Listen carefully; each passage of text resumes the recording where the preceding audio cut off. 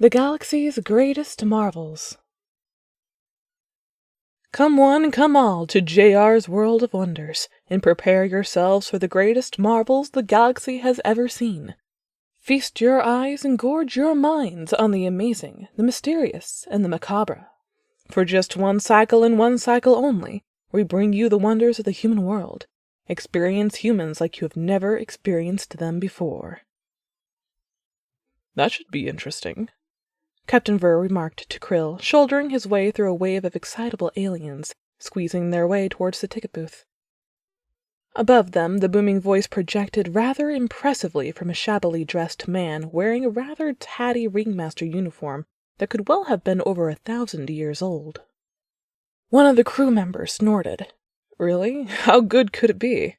Everyone knows a circus is usually just a rip-off. That's the point of a circus, the captain remarked. Should be interesting regardless. Krill scuttled through the crowd after the captain and his second as they made their way up to the window and paid the fine. They drew more than a few odd looks from the crowd as they passed. Being a rather distant trade planet, the humans had yet to really show presence in these parts, and aside from the ringleader, they appeared to be the only humans present. Stepping through a dimly lit canvas passageway, the three slowly made their way into the large exhibition room, surprised to find a rather well-put-together exhibit, stretching out in all directions, covered from end to end in awestruck species marveling at the human wonders presented to them.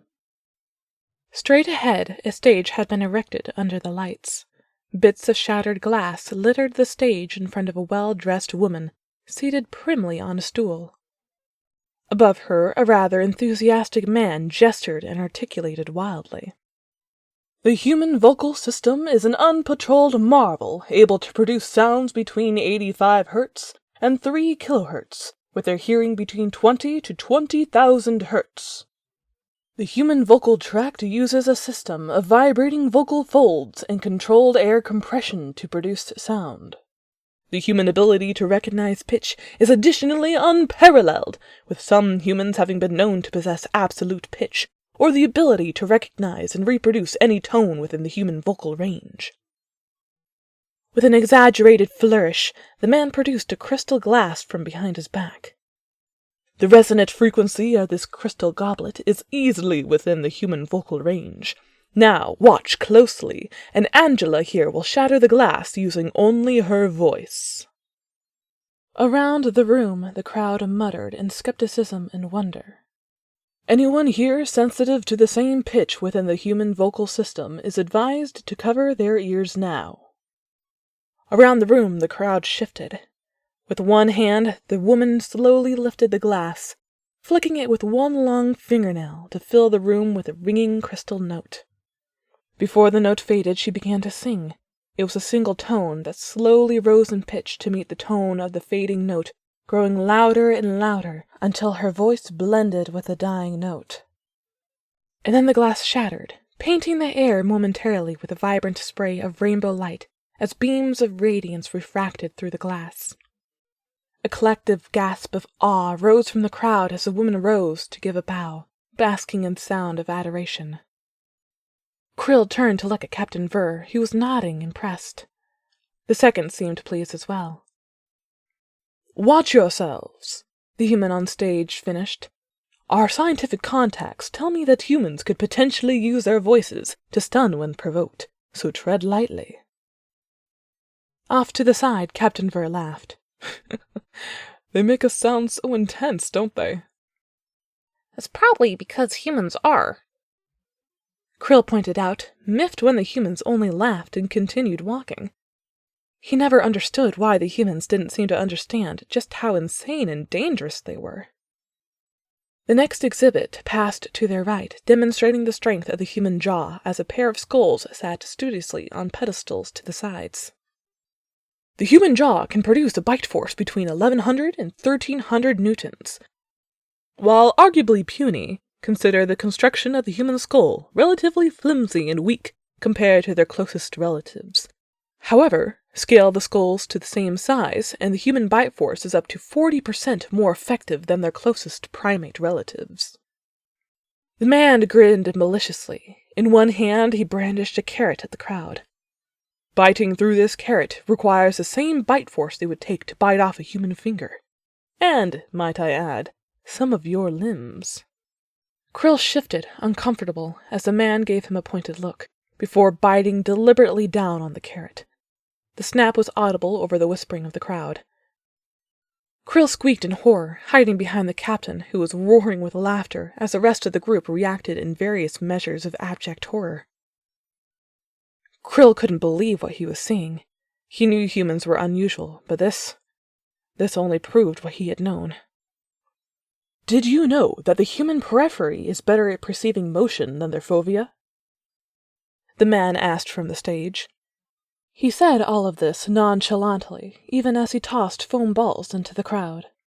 At least 3 customers had been blindsided by the balls before anyone knew what had happened.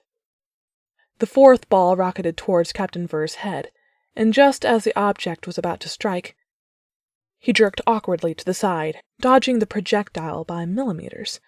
His second caught it in a single hand, launching it back to the man on stage, who plucked the ball from the air with nonchalance. Blindsight is a condition where a human cannot perceive objects, but can still dodge moving projectiles despite being blind. He grinned at the 2 humans. As you can see also, human ocular cues make 3D perception unparalleled, designed for catching prey and accurately judging distance. If you want to catch a human off guard, go from behind, never the periphery. Krill was under the impression it was best just not to mess with a human at all, but if some idiot wanted to try it, who was he to stop them? The next hour was a mixture of marvels and wonders Krill could never have imagined. He saw a human fold herself into a box, folding in ways that no creature should ever have been folded. The thought was painful and grotesque.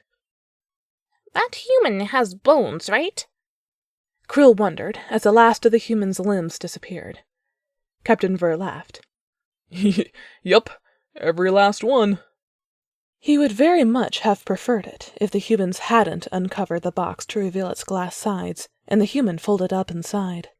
The crowd groaned in horror as she wiggled her fingers at them from inside the box. Captain Ver winced. "Ugh, my spine hurts just looking at that." The next man that came out demonstrated his strength by lifting 2 smaller humans over his head, one balancing on either hand. "The same system that allows a human to walk on 2 legs also allows them to balance on 1 foot. A human is never perfectly still. They shift towards the ground while their vestibular and motor systems work together to keep their balance. A human does not need to think about balance when walking, and barely at all when balancing." Behind them, a troupe of ballet dancers rolled onto the stage, drawing awes of amazement as they glided, drifted, and leapt around the room as if they were tied to ribbons of dancing light. "Looks pretty, doesn't it? These ballet dancers have trained for years to dance and balance on the tips of their toes. This beautiful dance will exert a force at 10 to 12 times their body weight on the small bones of their feet. Supposing a dancer is only 100 pounds, that is at least 1,000 pounds of pressure. This may be beautiful, but many of these girls will permanently damage their feet performing this dance." Beside Krill, one of the dancing girls flashed him a dazzling smile. He shrunk back in fear. Any creature who could smile in that amount of pain needed to be avoided. She danced away on the tips of her toes, still smiling all the way. Hurriedly, Krill pulled the other humans across the room, away from the terrifying creature. He made it, only to be confronted with another alarming sight. "Human stomach acid can have a pH level between 1 and 3, with the ability to dissolve metal. Were a drop of stomach acid to fall on a piece of wood, it would easily eat right through. Yet, the human body contains the acid and uses it to digest food, replacing the lining of the stomach completely, to keep from allowing the stomach to be eaten away altogether."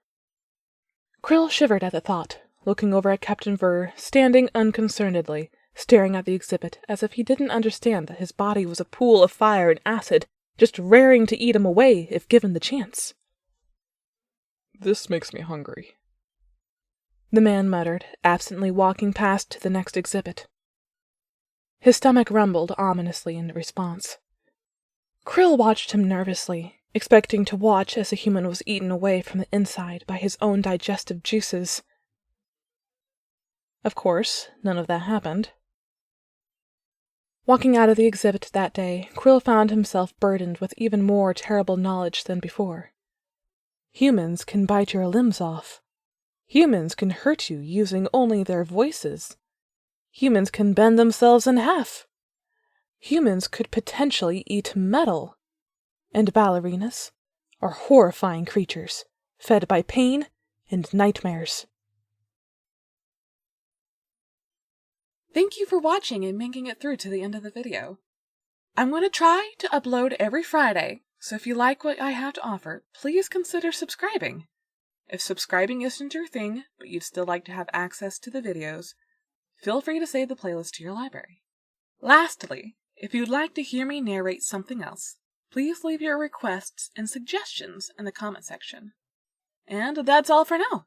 Have a great week, everyone.